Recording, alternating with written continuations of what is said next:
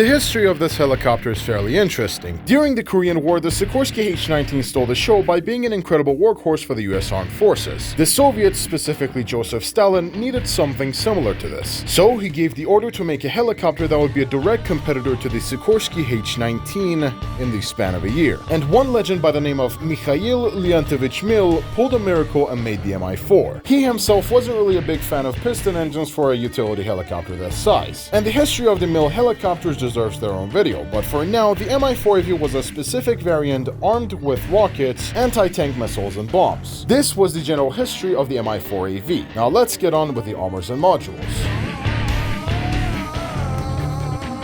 Welcome to the Armor and Modular Protection Analysis, where we basically analyze the armors and modules inside of a vehicle. In today's video, we have a vegetable. Today's aircraft is the Mi-4AV. Now the first thing we need to take a look at is the crew. This helicopter has a pilot, a gunner, and Dr. Thrax as the weapon system officer. The crew has no CCIP for any of its weapons, including an EEGS for the gun. It has no countermeasures of any sort, including the laser warning systems, no missile approach warning systems, no IRCM, no radar warning receivers, no laser designators, no TV and FLIR systems of any kind. The only thing that it has is a simplified 10x optics, a night vision, and an SBI, which, let's be honest, even my 13-year-old Galaxy S3 has one. This aircraft has one self-sealing IV bag with neutral gas pressurization systems with these fuel presets. The fuel presets on this helicopter is decent, as you can have plenty of fuel to not overweight yourself, and at the same time your fuel consumption is also average considering the fact that you have a piston engine. And speaking of the piston engine, this flying casket has a Shvetsov ASH-82V piston engine. Same engine family that is also found on some of the most famous Russian aircraft such as the LA-7 and PE-8. Normally we don't review piston engines on this platform, as most of the helicopters that are looked upon are turboshaft engines. Piston engines are a little bit unusual when it comes to helicopters, as we don't see them that often. When you spawn in this glorified wheelchair, the engine RPM is at 60 to 50%, but once you increase the collective pitch a little bit, you will see that it gradually increases the RPM, and once it's at maximum, it is really hard to bring it down. I just seriously wonder if guys actually modeled the engine stall on this thing. And even if your engine is on fire, I'm sure that the fire extinguisher would be a good friend, since this Czechoslovakian wheelchair has a fire extinguisher, unlike this son of a that can go to hell. Seriously, how are you outperformed by a fucking school bus? But we will talk about the flight performance a little bit later. At the end, you have the oil cooling system that is powered by Sylvester Stallin's cooking oil, the longest transmission a helicopter has ever carried in this game, and traction of the control surface is so goddamn long it could block the entire Dover Strait. By the way, if you enjoyed this video, you can like and subscribe. We're planning to conquer the Belgium and calling it Shimakaze-stan once we hit 20k subs, where instead of seeing annoying people, you can only see Shimakaze plushies. And every time you squeeze them, they start to say Verschikel. What the fuck is that word? Now let's get on with the armaments of this helicopter.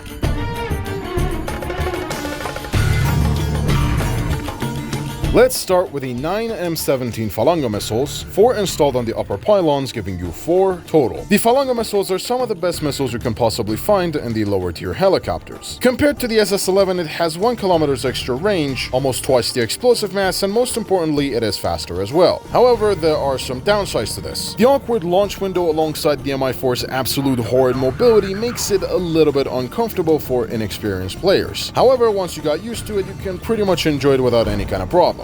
Up next, we have the S5K rockets, 1 pod installed on the 6 lower pylons, 16 per pod, giving you 96 total. The quantity of rockets on this helicopter is absolutely phenomenal. However, the usage of these rockets is a little bit questionable than anything else. These guys don't have a good penetration, and their explosive mass is just simply lackluster. The fact that you do not have the CCIP and the proper maneuverability to use these rockets really makes you question why the hell did the Russians got stuck to this rocket for so long? If you didn't like these rockets, you can always go back to your classic Russian weapon of choice on a helicopter, the FAB-100 SV and the FAB-250 M46. And finally, a 50 cal machine gun installed below the nose of the aircraft in the most awkward position. Oh my god. I have to say, if you want to master all these weapons, you really need to learn how to aim them. I know this has been the same case with the other starter helicopters, but with the Mi-4 at least, you have the bomb CCIP in Heli PvE. And if you don't care about this helicopter in general and want to rush your way towards the Mi-24A or just straight up, play devil's advocate and buy this thing, then I don't really blame you. Now let's have a look at the flight performance.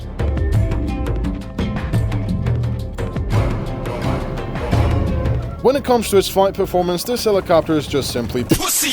Let me ask you a simple question. Have you ever played a heavy bomber like the B-29, B-17, Lancaster, or anything that can't maneuver for shit? If your answer is yes, then expect the same thing from the Mi-4. This thing handles so bad, it unironically makes the helicopters below it look like they have extremely good maneuverability. Your maximum speed is 150 kilometers if you use it like your average pleb. But if you're like me, you can easily maximize this speed to 200 kilometers per hour by simply going to simplified controls, stabilize the helicopter in a way that the arrow goes directly forward and not straight to the right or left, and you should be fine. And if you're a little bit quirky and happen to be in Afghanistan, you can also slowly surf your helicopter on the ground and increase your speed up to 300 and Jesus Christ! Seriously, you feel like not even K-50s can catch you. Outside of that, the pitch control is so slow I can feel my herniated disc again.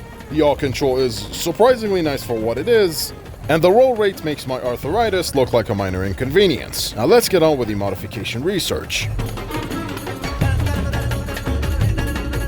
Welcome to the Module Research Priority, where we basically provide our knowledge and share our experiences with you so you can decide which modules to grind first. Personally, I would start with either the compressor or the bombs, go into Heli PvE and drop them, and unlock the extra phalangas. And then if you feel a bit too sluggish, research either the engine or the replacing helicopter blades. Once you got either of those mods, you're free to grind the FAB 250 modification. After that, you can research the rest however you please. This was how it would exactly go, as I kind of felt like the flight performance is already garbo, and mounting heavier bombs is gonna make it feel a lot worse, so I included the different performance modifications as well. Outside of that, you can grind these modules in whatever combinations you like. But anyways, how do we play this helicopter in Heli PvE? Well, let's talk about that.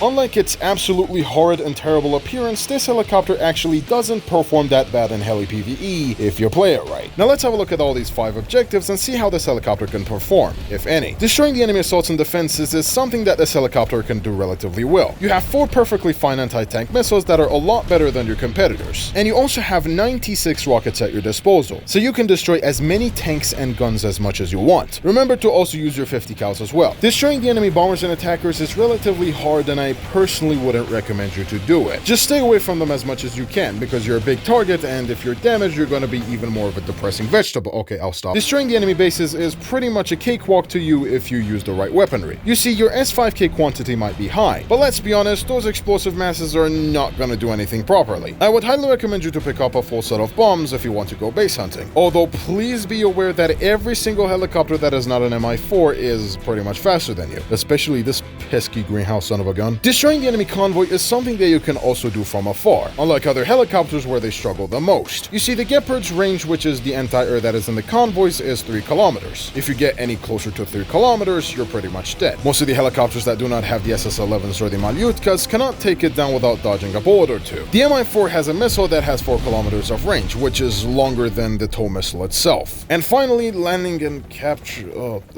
Oh boy, this is gonna be so bad. Honestly, if nobody goes for it, feel free to capture it, but I would recommend you to just give up at this point. Either way, let's have a look at the ground realistic.